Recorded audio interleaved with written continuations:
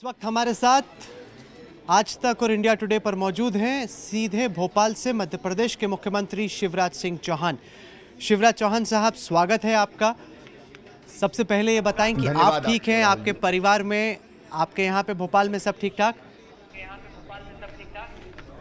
सब ठीक है, सब ठीक रहे इसकी कोशिश कर रहे हैं हम लोग।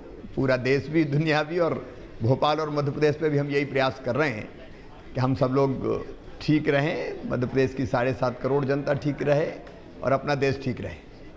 शिवराज जी, कल 6.25 घंटे अहम बैठक रही तमाम चीफ मिनिस्टर्स की प्रधानमंत्री नरेंद्र मोदी जी के साथ। ये जानना चाहेंगे कि आपके हिसाब से क्या मैसेज निकल के आया? देश व्याकुल है, मध्य प्रदेश के लोग जानना चाहते हैं कि इसके बाद कोरोना वायरस के खिलाफ इस लड़ाई में उनकी ज़िंदगी किस तरीके से बदलने वाली है। आपकी क्या सोच बनी इस अहम मीटिंग के दौरान? देखिए, एक तो प्रधानमंत्री जी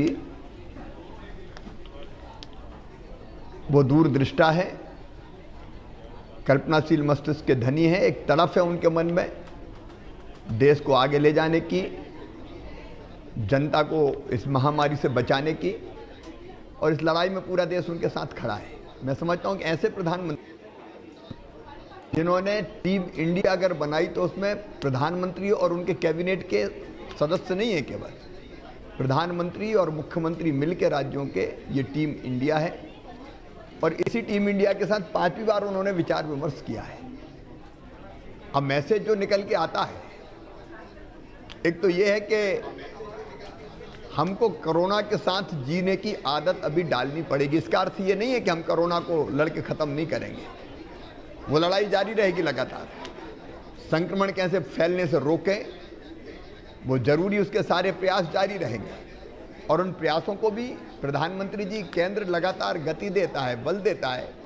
वो एडवाइजरी जारी करते हैं, वो केंद्रीय टीम भेजते हैं, दुनिया भर से जो बेहतर से बेहतर हो सकता है निकल के आता है, उसको हमें देने की कोशिश करते हैं। लेकिन ये किस दिन समाप्त होगा पूरी तरह से आज निश्चित तौर पर नहीं कहा जा सकता, और इसलिए लंबे समय तक हम लॉकडाउन भी नहीं रख सकते।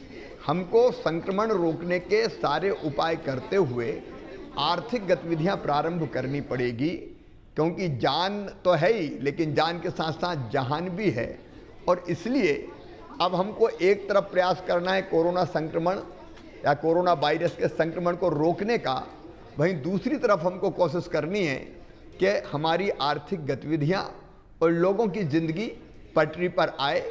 सारी सावधानी रखते हुए उपाय वो करने पड़ेंगे। और इसलिए उन्होंने इस बार राज्यों को कहा है कि राज्य खुद फैसला करें, red zone, orange zone, green zone, यहाँ लॉकडाउन का स्वरूप क्या क्या रहेगा। अलग अलग मुख्यमंत्रियों ने अपनी अपनी राय दी है, लेकिन मोटे तौर पर सब इस बात से एकमत हैं कि पूरी तरह से लॉकडाउन समाप्त नहीं करना चाहिए। शाम को 7 बजे से लेकर सवेरे 7 बजे तक तो कर्फ्यू जैसा माहौल ही रहना चाहिए, क्योंकि एकदम अगर निकल पड़े, मानसिकता ये बन गई कि अब खत्म, तो खतरा संक्रमण का बहुत बढ़ जाएगा। वैसे भी हमारे प्रवासी मजदूर भाई और बहन जो बड़ी संख्या में अलग अलग हिस्सों से अपने अपने प्रदेशों में आ रहे हैं, उनके कारण उनको लाना ही है, रोकने का कोई प्रश्न ही पैदा नहीं होता, क्योंकि वो एक बार अपने घर जाना चाहते हैं। वो भी इंसान है, हमारे भाई और बहन हैं, लेकिन उसके कारण भी संक्रमण का खतरा थोड़ा बढ़ेगा। तो राज्यों की विशेष परिस्थितियां देखते हुए किस राज्य में कैसा लॉकडाउन रहे, इसके बारे में राज्य 15 तारीख तक माननीय प्रधानमंत्री जी को अपना सुझाव देंगे और उसके बाद केंद्र फैसला करेगा। सर, इस वक्त देश भर की नज़र उन तस्वीरों पर है, उन मजदूरों की जो कि अपने परिवार के साथ अपने गांव की तरफ वापस चल रहे हैं। कोई ऑटो में आ रहा है, कोई साइकिल में आ रहा है, कोई ट्रक में आ रहा है, कोई ट्रेन में आ रहा है। मध्य प्रदेश में जो श्रमिक लौट रहे हैं, उनकी वापसी के लिए आप क्या तैयारियां कर रहे हैं? उनके वापस आने से महामारी ना फैले, उसके लिए आप क्या तैयारी कर रहे हैं? क्या उसके बारे में आप हमें बताएंगे प्लीज़? हम 2 काम कर रहे हैं। एक तो हम सब भारत माँ के लाल, भेदभाव का कहाँ सवाल। जो आ रहे हैं मध्य प्रदेश क्यों, मध्य प्रदेश के बाहर क्यों, क्योंकि मध्य प्रदेश से जो गुजर रहे हैं मध्य प्रदेश के कम है। हम तो अपने मजदूरों को पहले बसों के माध्यम से लाए आसपास से, और अब लगातार ट्रेनें आ रही है। हमारी 31 ट्रेनें आ चुकी है, 9 आज आ रही है, इसके बाद लगातार ट्रेन आती रहेंगी।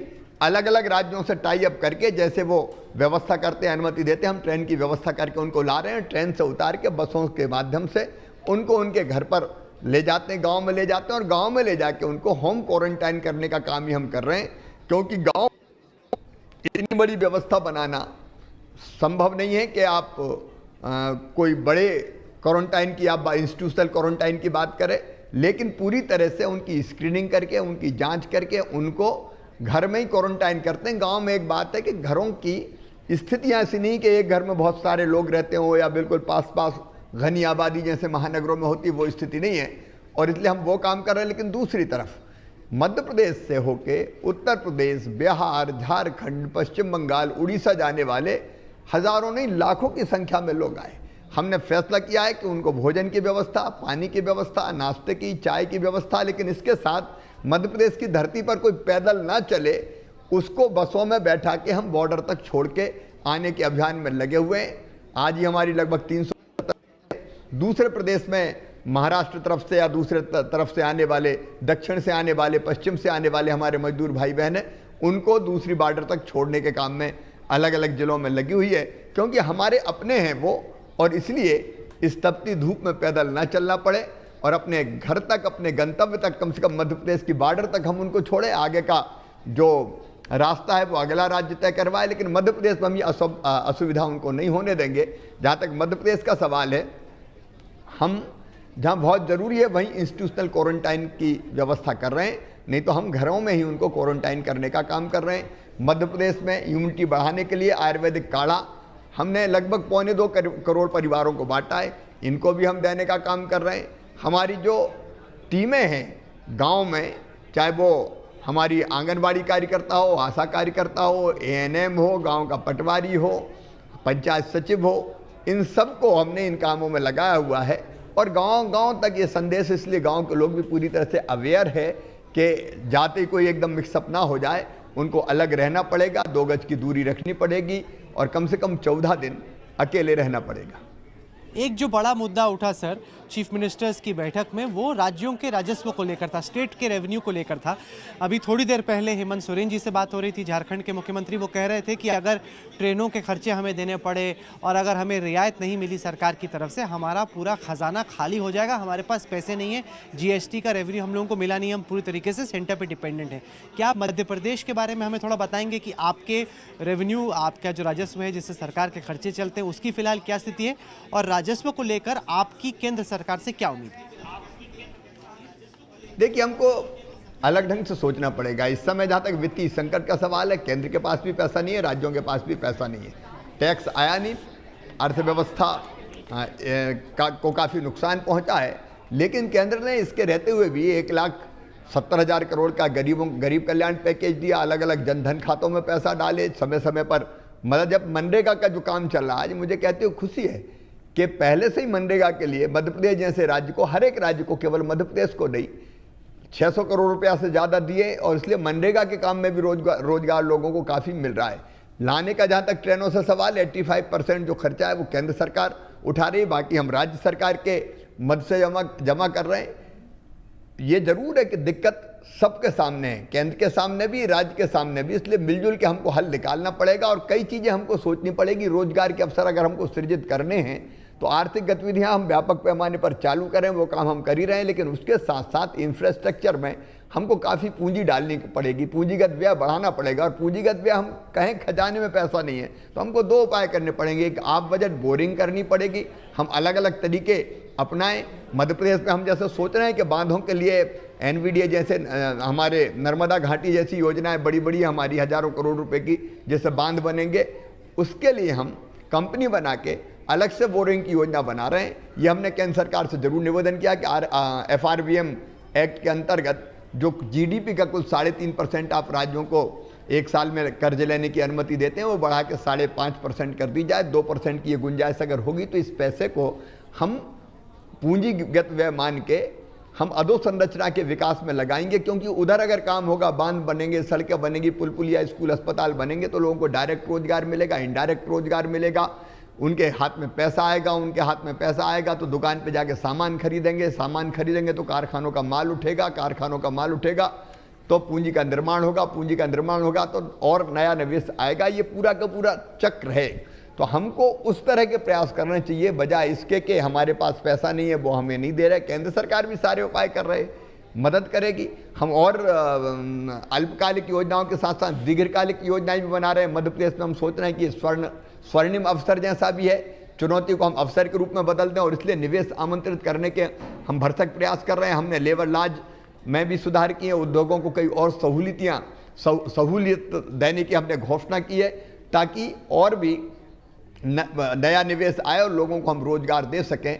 और मध्य प्रदेश में खेती के क्षेत्र में, वनोपज संग्रहण के क्षेत्र में, बीड़ी निर्माण के क्षेत्र में अलग अलग अनेकों सेक्टर हमने ढूंढे जहां हम रोजगार देने का प्रयास कर रहे हैं। तो इस समय तो आरोप का समय नहीं है, मिलके केंद्र और राज्य कैसे आज की स्थिति को संभालें, सबको मिलकर साथ काम करना पड़ेगा।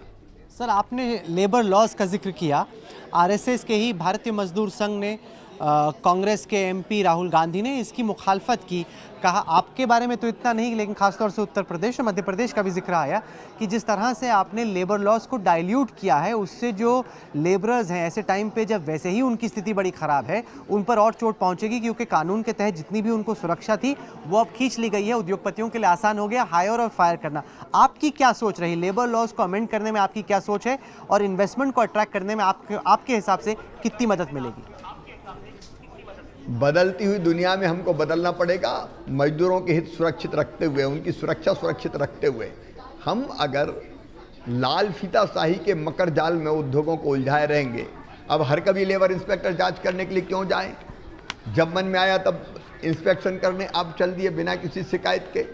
एक रजिस्टर पर्याप्त, 63 रजिस्टर मध्य प्रदेश में रखने पड़ते थे, कई रिटर्न भरने पड़ते थे। हम कहा एक रिटर्न भरेंगे, सिंगल विंडो की हमने व्यवस्था कर दी। ऐसे मकर जाल में उलझा रखा था कई चीज़ों को कानूनों ने, कि जिसके कारण कोई उद्योग लगाने आता था वो ये सोचता था कि फंस गया अब तो मरे।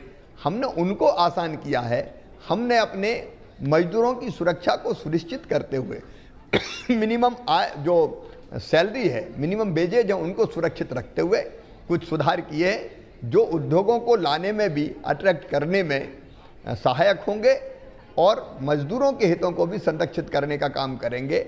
हमको एक तरफा नहीं, हमको मजदूर भी सुरक्षित रहे, लेकिन उद्योग आने का वातावरण भी बनाए, इस दिशा में जाना पड़ेगा। तभी कई देश जो सोच रहे हैं कि चाइना में जिनकी जो कंपनियां हैं वो कैसे दूसरी जगह जाए, तो हम अपने प्रदेशों में, अपने देश में उनको अट्रैक्ट कर पाएंगे। देखिए, रोजगार देने का सबसे बड़ा माध्यम, खेती में तो सीमाएँ हैं, कितने लोगों को आखिर रोजगार देंगे? मनरेगा कितने लोगों को रोजगार देगी? इसलिए नई नई चीज़ें हमको सोचनी पड़ेगी। सर, आखिर में ये बताएं कि अनएम्प्लॉयमेंट बहुत बड़ा सवाल है, लोगों की नौकरियां जा रही हैं। Centre for monitoring of Indian economy का जो साप्ताहिक सर्वे आया, उसमें 110 मिलियन लोग, करीब 11 करोड़ लोग बेरोजगार हो गए थे। उसकी चोट मध्य प्रदेश में कम हो, कंपनियां कंगाल ना हो, बंद ना हो, उसकी दिशा में आप क्या प्रयास करें? लगातार हम उद्योगपतियों के भी संपर्क में, एमएसएमईज को हम विशेष बल दे रहे हैं। उनको किस तरह के सहारे की जरूरत है, क्योंकि ज़्यादा रोजगार देने का काम लघु कुटीर और ग्रामोद्योग करते हैं। हमारा जोर ग्रामोद्योग पे है, हमारा जोर कुटीर उद्योग पे है, हमारा जोर छोटे उद्योगों पे है। टेक्सटाइल जैसी इंडस्ट्री जो कई लोगों को रोजगार देती है, वो ढंग से चलती रहे, और इसके लिए हम लोग लगातार प्रयास कर रहे हैं। एमएसएमई को कुछ अलग से सहूलियतें और सुविधाएं देने की हमने कोशिश की है, और नया निवेश आए, उसके कारण भी रोजगार के अवसर सृजित हो, इस दिशा में भी हम लोग प्रयास कर रहे हैं। इन प्रयासों से ही हम उबर पाएंगे बेरोजगारी से। सर, कुल मिला के आपके हिसाब से कोविड-19 को लेकर मध्य प्रदेश में क्या स्थिति है? हमारा डेटा इंटेलिजेंस यूनिट बार बार उज्जैन का जिक्र करता है, कहता है कि वहाँ पर एक तरीके से हॉटस्पॉट बना हुआ है, वहाँ पे और कंटेनमेंट मेजर्स की ज़रूरत है। तो ऐसा क्यों हो रहा है उज्जैन में? और कुल मिला के जो फिलहाल की स्थिति है, अगले 15 दिन में आप कोविड-19 के खिलाफ लड़ाई को कहाँ जाता देखते हैं मध्य प्रदेश में? देखिए, मध्य प्रदेश में एक्टिव पेशेंट्स की संख्या घट रही है। पॉजिटिव आते हैं और अभी आएंगे, कोई ये दावा नहीं करता कल से पॉजिटिव आना बंद हो जाएंगे, लेकिन जितने लोग आ रहे हैं उससे ज़्यादा कहीं ठीक होके जा रहे हैं। ये संतोष का विषय है। हमने इंफ्रास्ट्रक्चर हेल्थ के मामले में उसको डेवलप करने का काम किया। हमारे पास 35,000 बेड आज हैं, उनमें केवल पेशेंट्स की जो संख्या है वो 1700-1800 के आसपास है, क्योंकि बाकी संख्या जरूर आपको लग रही होगी 3600, लेकिन बाकी ठीक होकर अपने घर जा चुके हैं। और भविष्य में इसको बढ़ा के हम 85,000 करने जा रहे हैं। यूनिटी बढ़ाने के प्रयास हमारे लगातार जारी है। हमने डेडिकेटेड कोविड हॉस्पिटल्स अलग बनाए हैं, कोविड केयर सेंटर्स हमने अलग बनाए हैं। जितने भी उपाय किए जा सकते हैं सब हम करने का प्रयास कर रहे हैं, लेकिन कोई उपाय नहीं है सिवाय इसके कि हम जो मिलना जुलना है, संपर्क है, उसकी चैन को तोड़ें। तो उसके प्रयास भी हम कर रहे हैं। उज्जैन में, इंदौर में, भोपाल में, ऐसी बस्तियों में ये फैला जो बहुत घनी थी। एक घर में, एक कमरे में 20-20 लोग रह रहे थे। जहाँ जगह कम है वहाँ इंस्टीट्यूशनल क्वारंटाइन में भी लोगों को ले जा रहे हैं हम लोग, और उपाय सारे कर रहे हैं। हमारा अपना भरोसा है। मैं कह रहा हूँ कि अभी कुछ बढ़ेंगे, इसलिए कि बाहर से भी हमारे प्रवासी मजदूर भाई बहन आ रहे हैं। उस परिस्थिति के लिए भी हम तैयार हैं, लेकिन ओवरऑल स्थिति नियंत्रण में है। शिवराज चौहान जी, आप जुड़े हमारे साथ। इस वक्त देश के तमाम लोग जितने भी देख रहे हैं सब यही कहेंगे कि आपको शुभकामनाएं कि जो प्रॉब्लम है वो कंट्रोल में रहे, और हमारी बेस्ट विशेज़ आपके साथ हैं। आप जुड़े हमारे साथ, बहुत बहुत शुक्रिया आपका। बहुत बहुत धन्यवाद राहुल जी। बहुत बहुत शुक्रिया।